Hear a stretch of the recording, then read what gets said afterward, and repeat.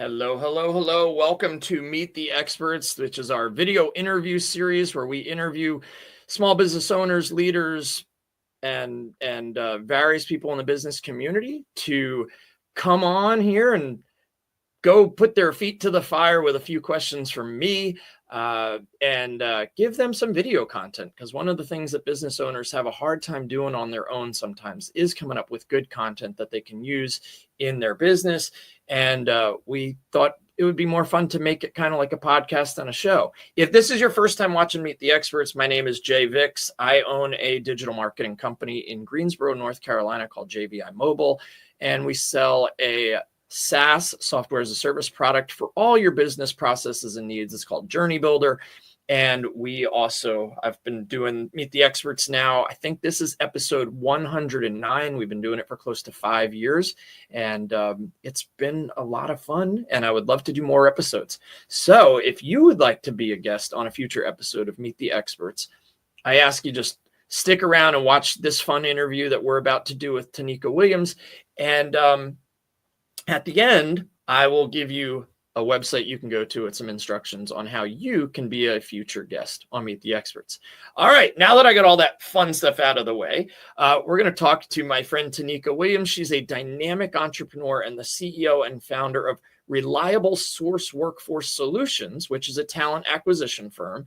She also leads 10 Solution, which is a consulting and development firm. I met Tanika virtually through an employee of hers, Jocelyn, and we've met through Alignable. So if you're watching, you're not on Alignable and you have a business, I suggest you go on Alignable and get an account. So anyway, without any more hesitation here, Tanika, how are you, my friend? Hi, Jay. I'm well. How are you? I'm wonderful. It's so good to have you on. I know we had some technical and some other glitches prior to recording, and I have my fingers crossed that we're going to get right through it with no problems. There we go. Right there with you. Awesome. So you started Reliable Source as a consulting business, and you've transformed it into a full service staffing firm. So what was the aha moment for you that it showed you it was like kind of time to make that leap? I think that my aha moment came. So I hail from Boston, Mass, and that's where a bulk of my recording experience, or not recruiting background, comes from. And so we transitioned from being a talent acquisition recruiter into subcontracting or consulting, if you may. 3 years ago, I moved to North Carolina, and I had some subcontracting roles with a few companies here. And it was like, the contracts, were a certain period of time, and then they were in the consulting. So I kind of think around 2022, because we originally started in Boston in 2018. Okay. And around, I say 2022, I kind of thought about it. I'm like, hey, I'm well knowledgeable in the field. Why not just branch out and do this on my own, and gain more control of it? And I think what really made me want to, kind of go in that direction is because I saw that there were so many changes needed in the workplace. And when you're coming in on a consulting basis, you don't have that liberty to kind of, enforce those changes. You can suggest them, but you really can't enforce them. So I think that was really my aha moment when I saw that there was so many things that was needed just from my previous experience up until at that time, my current. And it was just like, I have more control over the way that I feel talent acquisition, or the direction I feel that it should go in.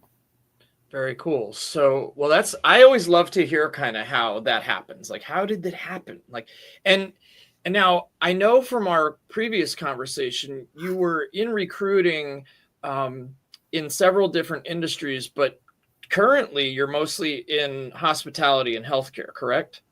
Well, it's hospitality and retail, and hospitality is such a broad, because a lot of people hear hospitality and they think hotel. And just to say, we actually started Reliable Source in mind over 20 years ago.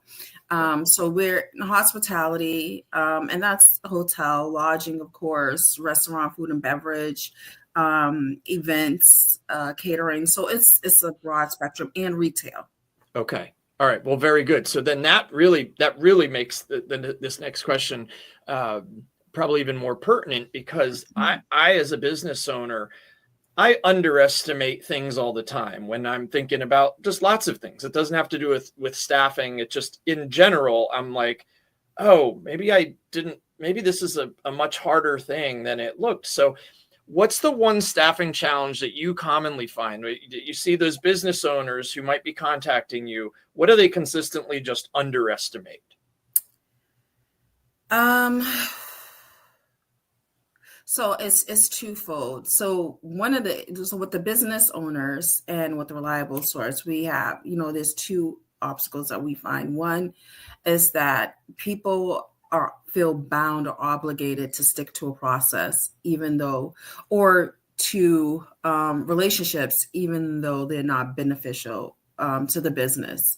So even though it's something that's not working for them, I think that a lot of companies and small business owners feel that level of loyalty to stick to what they already know. So it's a challenge, one, just approaching those businesses and those companies and saying, hey, look, we've created a profile, we've done some research.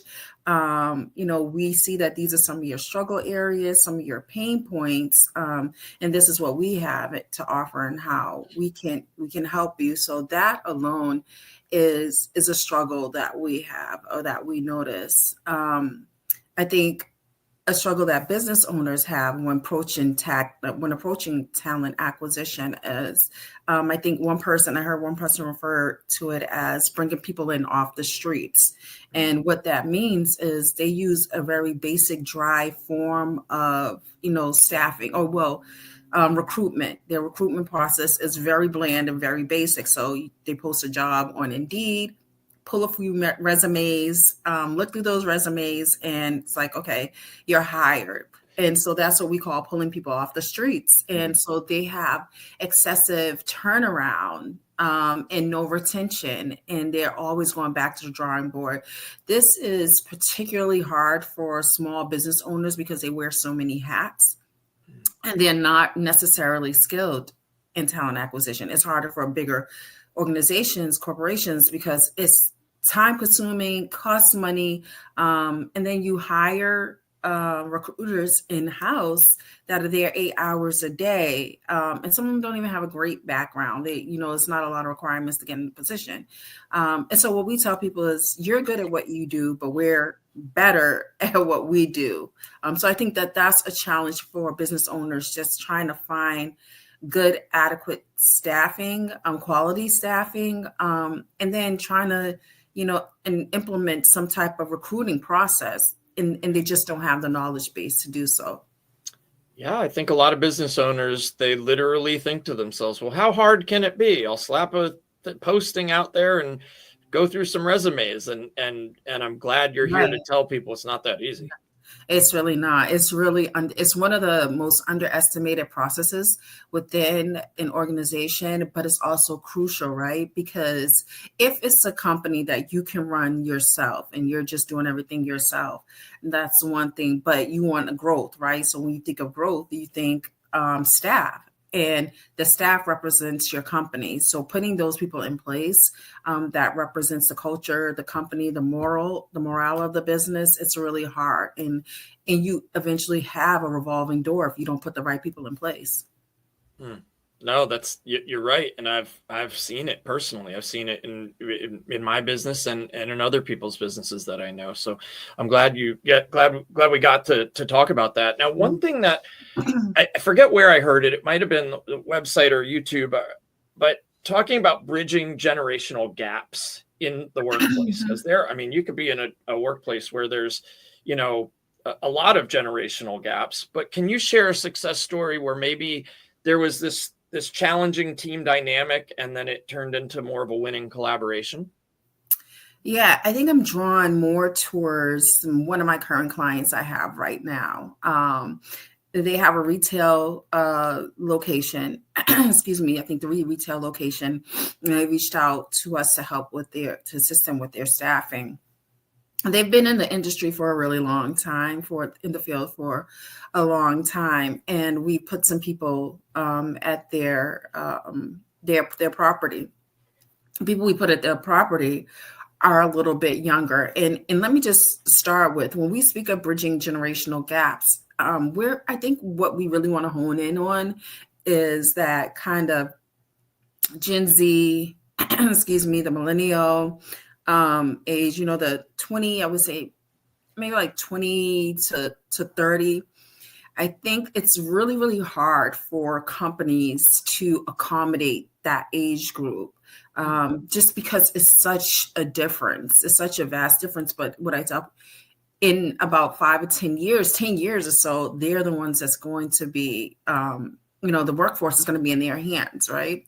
And they come in with so many demands. So I think that one of the main focus of Reliable Source is just bridging that gap, specifically in that area, and focusing on diversity, equity, and inclusion when it comes to that particularly, because it's just real. It's one of the reasons why there's a high turnover, because it's just hard to accommodate, communicate, understand.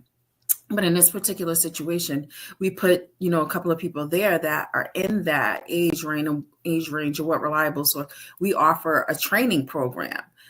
So we do face-to-face training, but we also train our staff monthly, just to help build soft skills. And so there was a little bit of hesitance and reluctance, because they want someone with extensive experience that's been in the field for X amount of time. And so what we had to kind of do is kind of coach them and say, hey, let's try this out and see if it works. The feedback is that they're really happy with the individuals that we place there. And what I do with my clients is I really work closely with them one-on-one on how to kind of build those relationships internally, things that you can do so that when you walk in a workplace and you see someone from that era, that that generation, it's not tense or awkward. It is inclusive. So I think that that's a success story that's still in the making, and which really surprised me, because it's a different culture. The owner of the company, and he's a little bit older, but yet he put faith in our suggestion. We put someone there, a couple of people there, and it's working out. I love that. I love that.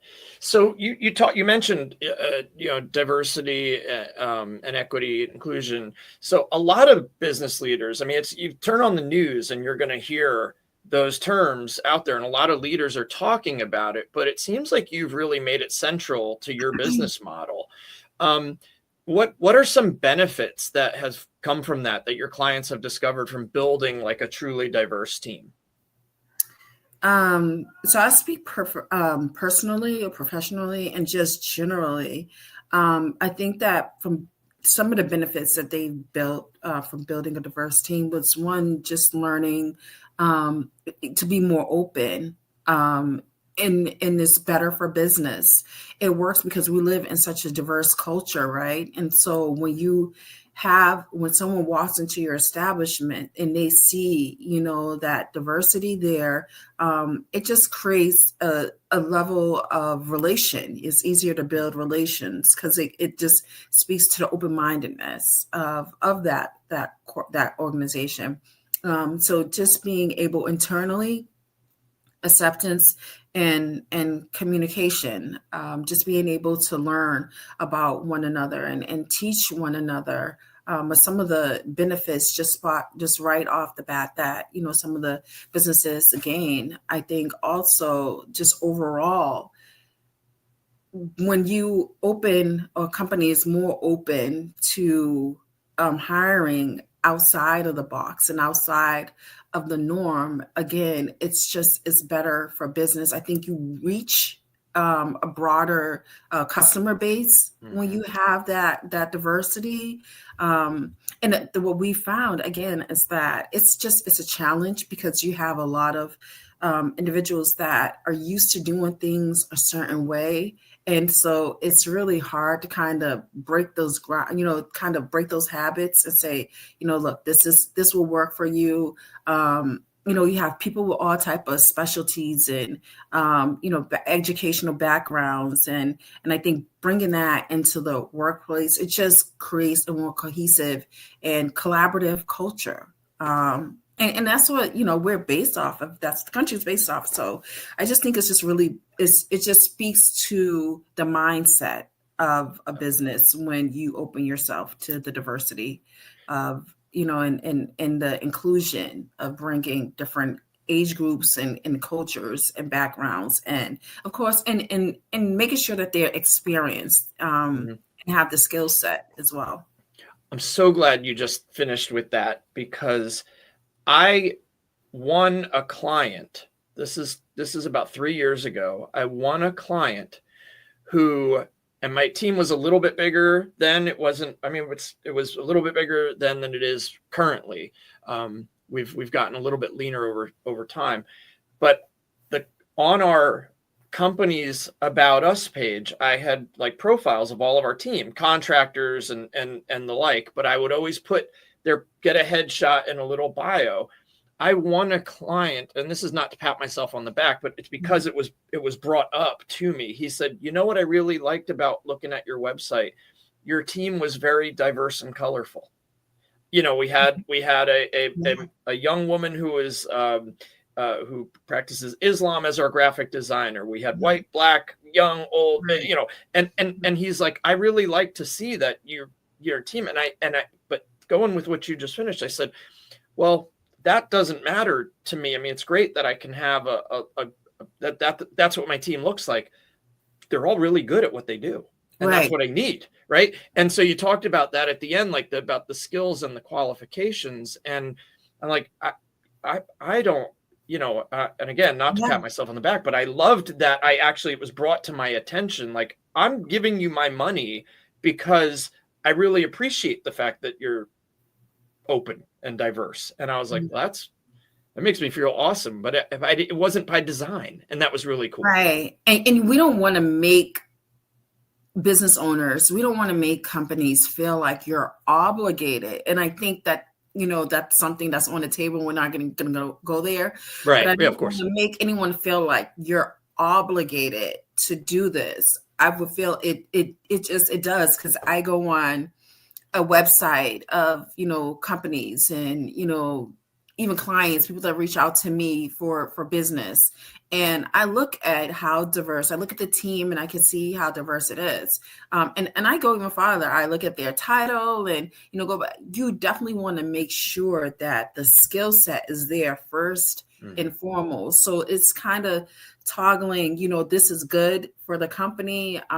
It can do so much. It actually helps the growth of the company, but not making people feel like you're obligated to do it, or that it's just the right thing to do because it's important. You definitely want people that are there that's going to contribute to the business, and that has the skill set that, and that meets your expectations and your requirements. Well, I looked at my team then and I was like, I am definitely probably the least qualified at these skill sets. So I'm glad that my team is better than me at all these things. And that's, that from a business owner to another business owner, I felt a certain way about that. I was like, what? Sir, my team members are more knowledgeable in this and more knowledgeable in that. And some of them probably could run reliable. So if I step away, but you know what, I have to feel okay with that. And being that you said that, I think that that's something that maybe doesn't happen as much, because maybe some people feel threatened by it, just even insecure that, the talent is not going to, it's not going to be as beneficial if they, venture into, try something different. And I read a comic book, and this probably isn't not a comic book, a comic strip, a illustration many times, and I've probably talked about it on Meet the Experts at least maybe a half a dozen times. So it's not the first time I've said it on one of our episodes. But the comic strip was two business people talking to each other, and it goes back to like training and talent and learning, and the feeling of insecurity and threat. The one guy says to the other, well, what if I train all my people and then they just leave? And the other guy looks back at him and says, what if you don't train them and they stay? You know, and it's like, you got to think about that. It's like, you can't feel like if somebody learns a lot from you and they move on to make their life better or something that I couldn't give them, right. Well, there's no fault there. Right. And there should be no blame and no fear to do it. Right. You just find somebody else and train them. And as long as you continue to train your people and make sure they have the skills and the we're always giving courses and this and that, but I really love that you kind of talked about this, and I love that we went there. Yeah. It's an investment, definitely. Completely an investment. All right. So you talk to business owners about staffing all the time. We talked about challenges. We talked about diversity. You're talking to your clients or the business owners. And I hope I pull something great here, because it's kind of a tough question, I think. But what's the most powerful piece of advice that you've given to a business owner that maybe changed their entire approach to staffing?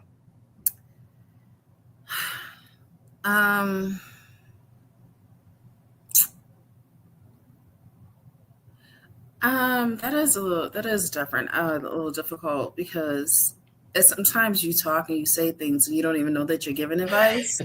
Yeah. Well, let's change it up a little bit. Taken as advice. Maybe just something. Maybe a business owner that might have had.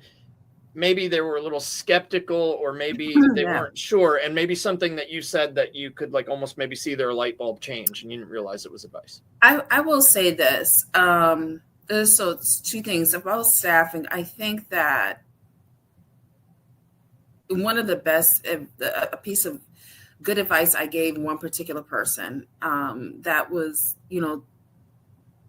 kind of skeptic about recruiting and using outsourcing their recruiting, but wanted to do it, on their own. I just kind of broke it down to them, and I said, like, look, you're bringing these people in based off of what you see on a piece of paper in a 15-minute interview, just because you're rushed to fill a position.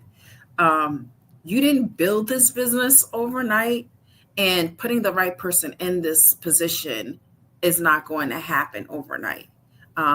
It takes time to find a perfect fit. So I think that when I said that, a light bulb went off, and they're like, because they were just frustrated. I mean, they were just like, we can't find someone. They were just like, they were really upset. They're like, we can't find someone. I went to another agency, and other agency just sent us people. So we stopped using that agency, and then we just started finding people on our own. And I said, well, all agencies are different. They operate differently. But you have a stake in who you put in this role, in this position, and what that looks like. So I think that that's one of the best, a piece of advice that I actually did give as advice. Training. There's a client that I have now, and they have a really hard time with keeping their staff motivated. And so when there's downtime, they're lagging around, and then constantly showing them what needs to be done. So one piece of advice that I gave them, because it's so hard, you gotta kind of sketch out time, because when you're doing training, that means you have to pull staff away, and then someone else has to be there while they're. So what I offered to him is I said, look, when you close the doors, maybe, every 3 times a week, have people stay just maybe 15, 20 minutes later and do the training with them, then do like a huddle, kind of how did the day go? What do you think we need to make improvements on, and then just kind of, you can try that out and see how it works. Do it like 3 times a week, and then change it week over week as you start to see the results. So you say, I never thought about that. I would be doing it during the day, and I'm actually working during the day with the staff. So it's really hard. And I say, yeah, you have to change it. You can start it at the beginning of the day, and then your shift change, do it at the end of the day on different days. And so that's been working out pretty well for him. That's awesome. I like that you can come in and think outside the box for the business owners, because, and you're wearing both hats, because you're running a business and you're helping other business owners with these challenges. I kind of feel like I'm in that same position too, running a marketing agency, but I'm helping others with their marketing. Absolutely. I'm so glad that you talked about that. And I think that just bringing that to light, I think, could help a lot of business owners who might be watching this. So thank you for that. Well, listen, I've got one more question for you. I know we're wrapping up, and this has been a lot of fun. I told you it was going to go quick. You did. You said that. but I love that you, just like me, are a transplant to North Carolina. I came from New Jersey. You came from Massachusetts.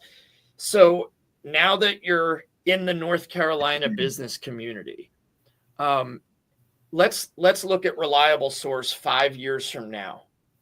What impact do you want to be known for in the North Carolina business community? I want to be known for changing the culture of the workplace, and of the workforce, and just how staffing agencies are looked at.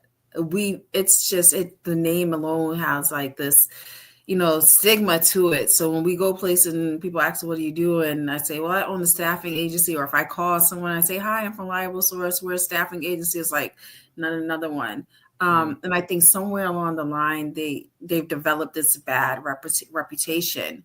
I've worked with staffing agencies, and I've worked for staffing agencies. And so I've seen a lot of changes, and I've seen how a lot of them operate. And so I would just like to change just the culture and how people perceive a staffing agency and a talent firm, because at one point it actually, it meant something. It was there to help businesses, help growth, produce teams and help build teams. And I think we've kind of gotten away from that. I think that we've, are just, especially the bigger ones, are just filling positions.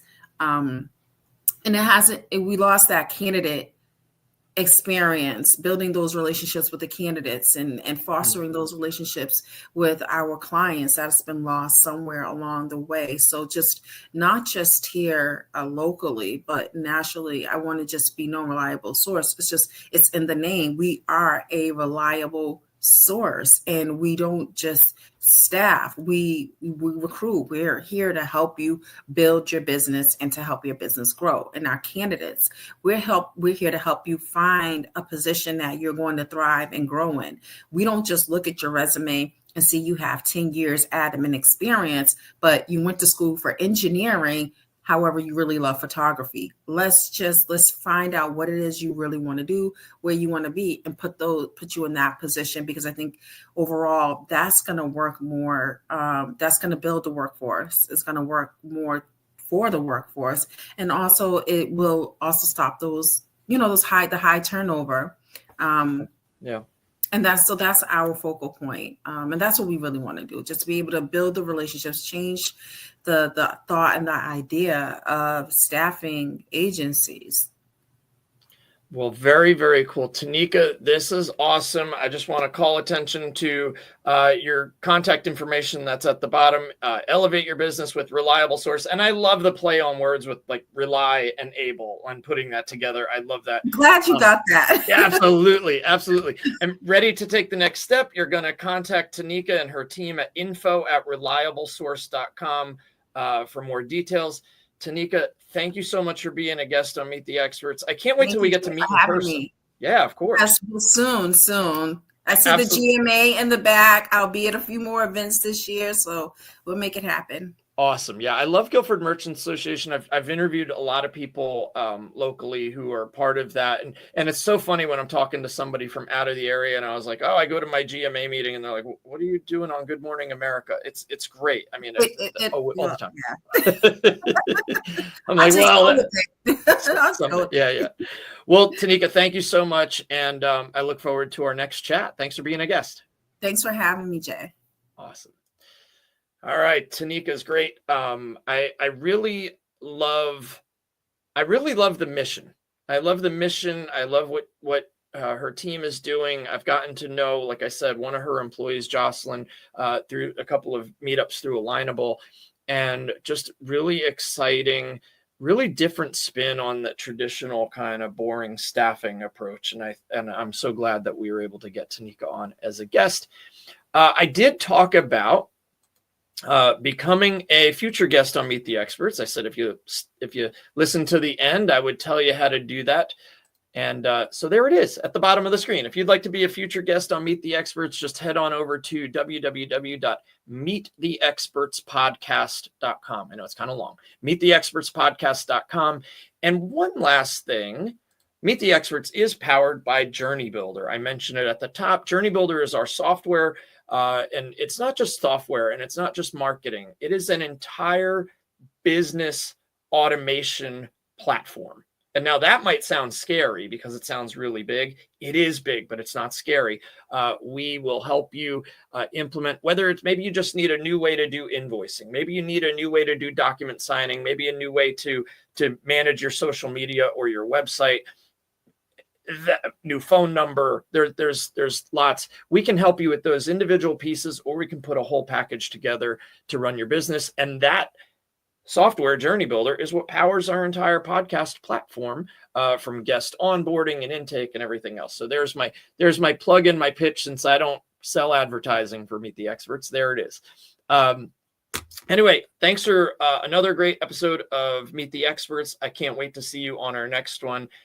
Before you go to sleep tonight, as you're out and about during the day, try to do something nice and kind for someone else. And it goes a long way. So we'll talk again soon.